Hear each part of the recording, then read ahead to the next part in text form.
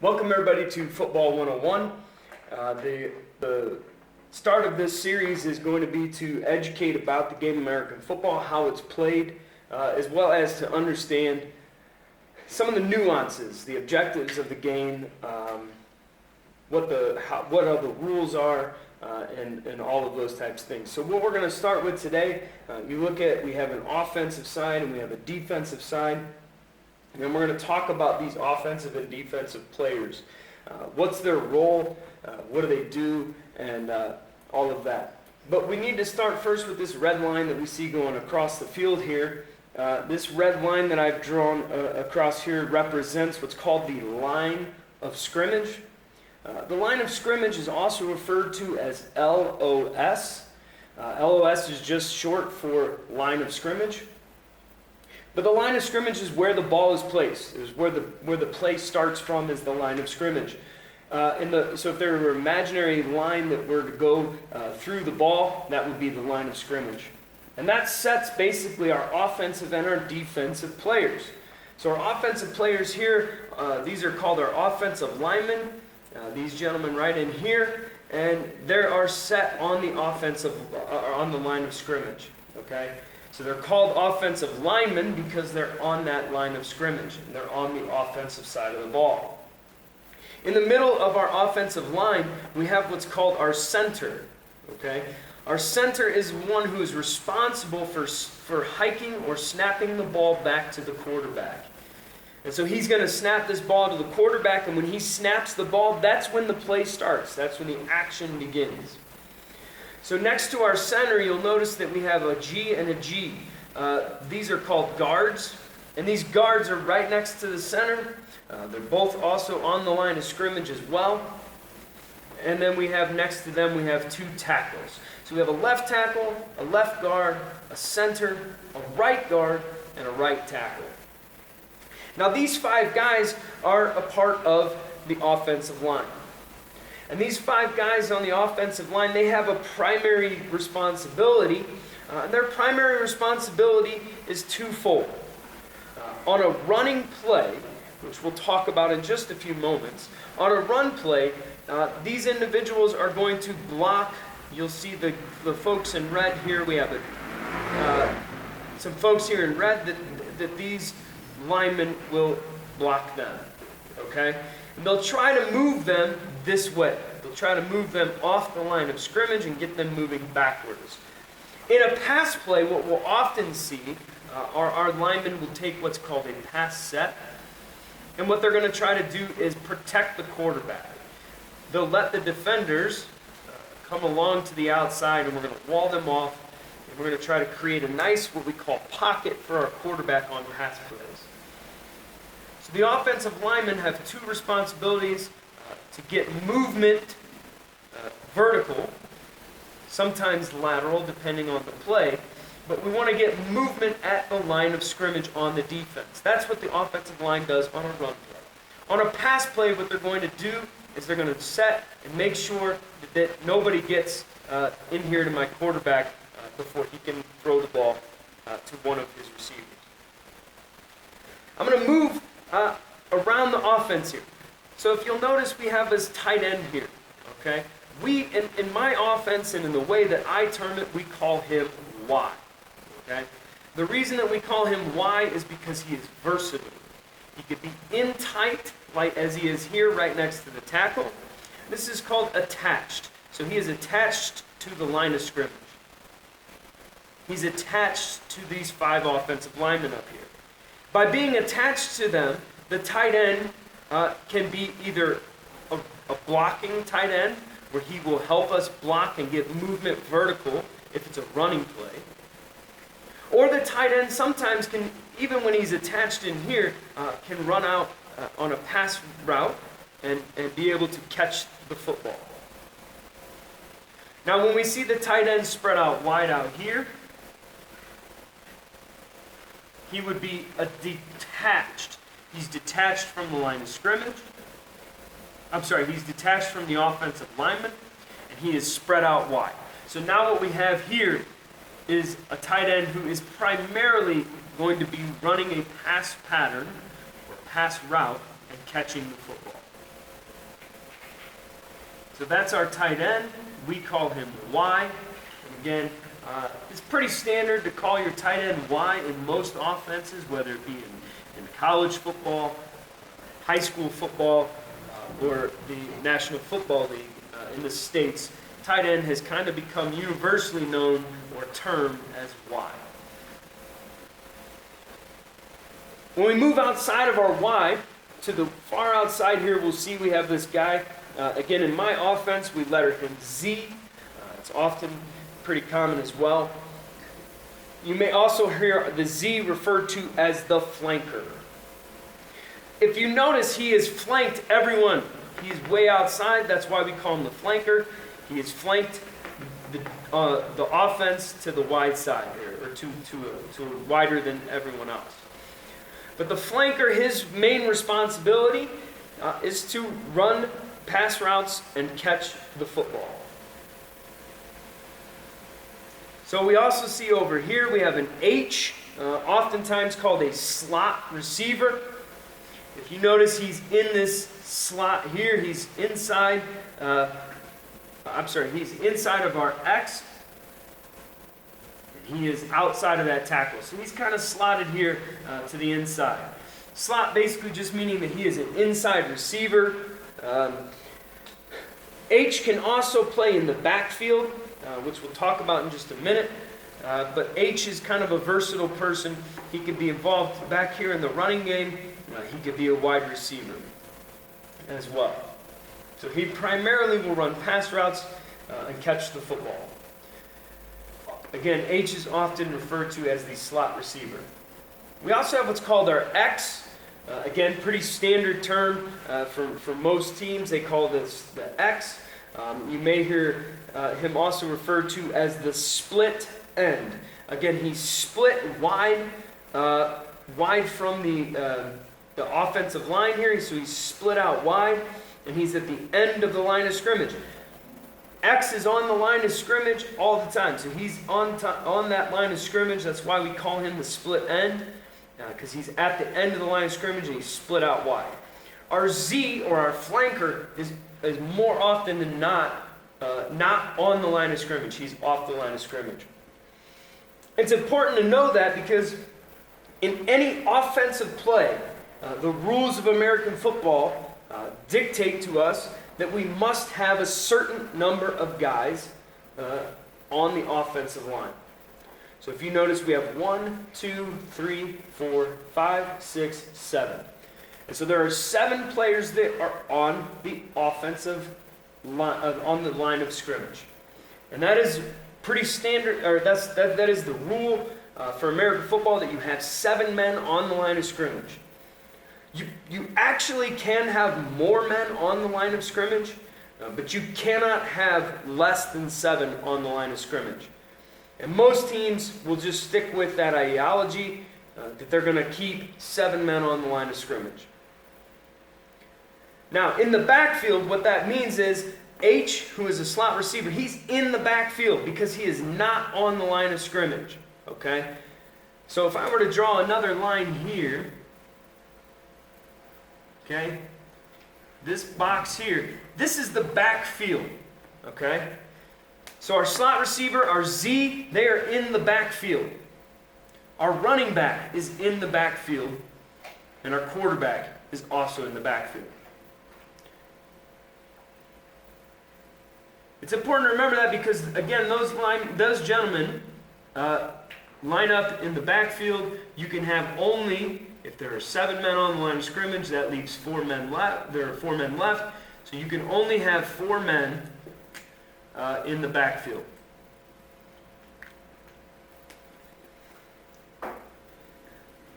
So, our running back, his primary job is for the quarterback to actually hand him the football. So the quarterback will hand the ball to him, and his job is basically to run this way. Okay? The linemen, these offensive linemen, will get movement on the defense going this way, and the running back's job, he'll find himself a hole in between these linemen, and he's off and running. So we call him running back because his primary job is to run the football. He's back because he's in the backfield. Then we have our quarterback. Our quarterback is the leader of the offense. Our quarterback is responsible for making sure that all the folks on the offense get lined up correctly and in the right spots. The quarterback also needs to make sure that that we at least have 7 men on the line of scrimmage. The quarterback is also responsible for calling what is called the cadence. So the cadence is what tells this center when to snap the ball to the quarterback. So a model cadence would be something like down, which tells the players to get down. Then color number, black 18, set, hit. When the quarterback says set, hit, the center will snap the ball from the line of scrimmage to the quarterback. And that begins the play. So that's a brief overview of the offense. If you notice, there are 11 guys on offense. There are also 11 guys on defense. We're now going to move to that defensive side of the ball for a moment. If you notice, we'll stick on the line of scrimmage. This is a D. I apologize for my terrible penmanship, but that's a DE, defensive end. If you notice, we have 2 defensive ends, one on either side of the defense. They're called the defensive end because they are defensive linemen. They're on the end of the defensive line. So that's why we call them defensive ends. We also have in here, we have a DT for defensive tackle. We have another defensive tackle here, DT. These defensive tackles are on the inside. They can be pretty much anywhere lined up inside here. But if they're inside of the defensive ends on the line of scrimmage, we call them a defensive tackle. There are different alignments that they might have, which oftentimes individuals on the defensive line may not go by defensive tackle. You may hear the word nose guard or nose tackle. You may hear the terms 3 technique or 1 technique. But ultimately, regardless if it's a nose tackle, whether it's a nose guard, whether it is a 1 technique, whether it is a 3 technique, you're never wrong to call them a defensive tackle. They're interior on the inside of the defensive line. They're often bigger guys. And their job primarily, these defensive tackles, is to really plug up this middle and make it really hard for the guard center guard to get movement vertical. And so these defensive tackles are pretty stout, big, heavy guys, strong guys that can really plug up the middle of the defense there. These defensive ends are a bit more athletic. They're still bigger guys. Their job ultimately is to protect the outside or to get pressure on this quarterback. So when this quarterback drops back, when this quarterback wants to throw the ball, these defensive ends are going to try to come around that outside or maybe come to the spin to the inside here and get to that quarterback before the quarterback can release the ball. If you look behind this defensive line, and again, they're called defensive line because they're tight to this line of scrimmage. They're right up on this line of scrimmage. Behind the defensive line, we have what's called our linebackers. And you'll notice here I have OLB. That stands for outside linebacker. You'll notice I have 2 outside linebackers here. And these outside linebackers are called outside linebackers because there are 3 linebackers here, middle linebacker, and 2 outside. They're outside backers. They're on the outside of this defense here.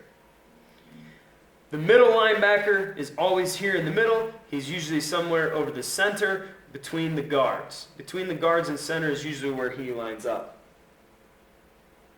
So this essentially, these outside linebackers, Mike linebacker, or middle backer, and outside linebacker, their primary job is to stop the running plays, to stop this running back here from getting vertical.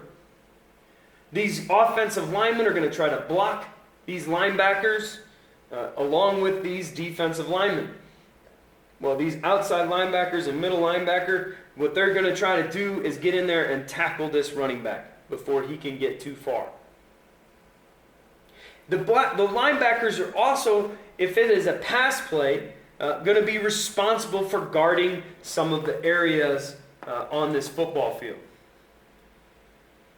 So these outside linebackers and inside linebackers or middle linebacker, they have multiple responsibilities.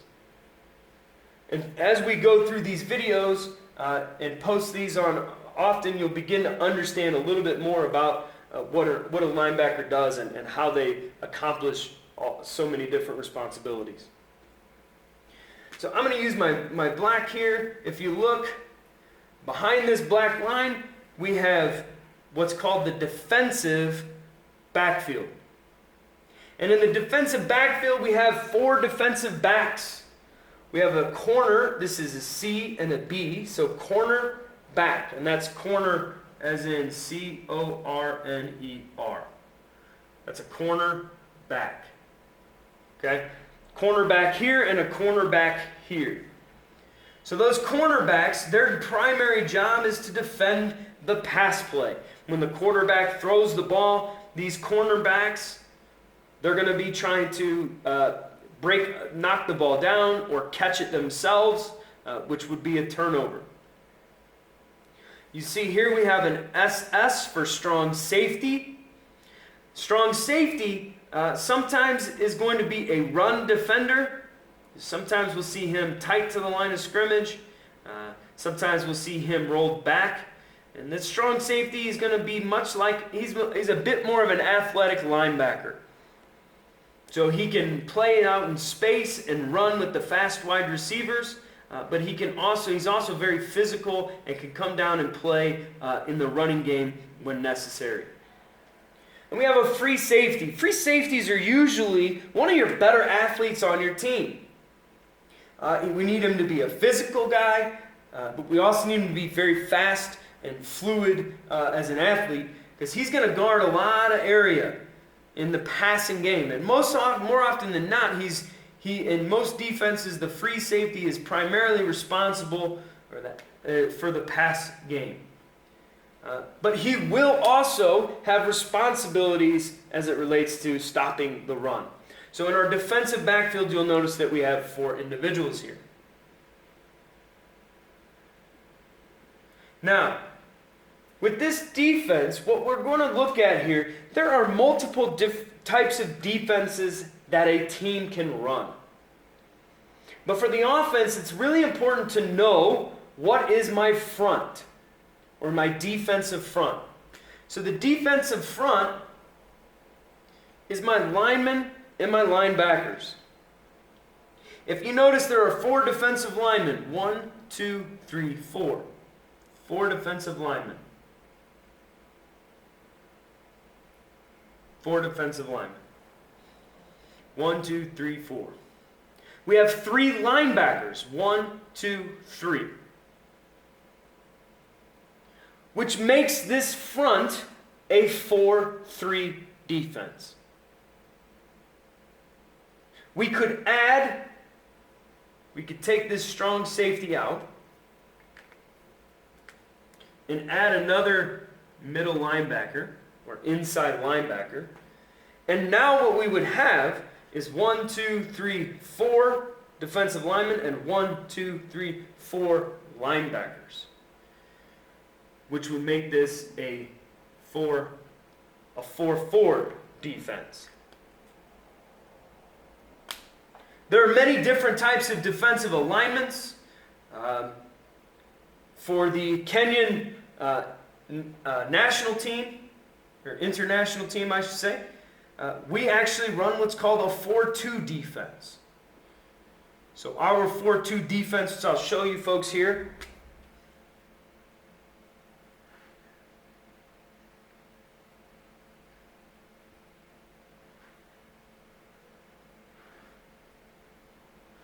we have what's called 2 inside linebackers or 2 middle linebackers. They're going to be in here tight.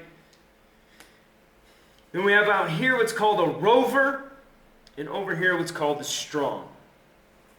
Now this rover and this strong, they're essentially outside linebackers, but they're a bit more athletic. So they play more like that strong safety type that we were talking about. They're able to defend the run and the pass very well. So we run a 4-2 defense. 4-2 defense. And that's noted by 4 down linemen and 2 inside linebackers or middle linebackers. So that's a little bit about the formations and the players. So it's an 11 on 11. You can move these 11 on 11 and put them in multiple different formations in order to attack an offense or a defense in certain ways. You have different formations. And in later videos, we'll begin to talk about all the different types of formations that are out there and really get an understanding of many of the different ways that this game is played. For the moment, what we're going to do is we're briefly going to flip over to the other side of this board. We're going to get an understanding of the American football field. What does the field look like? What's the purpose of the game?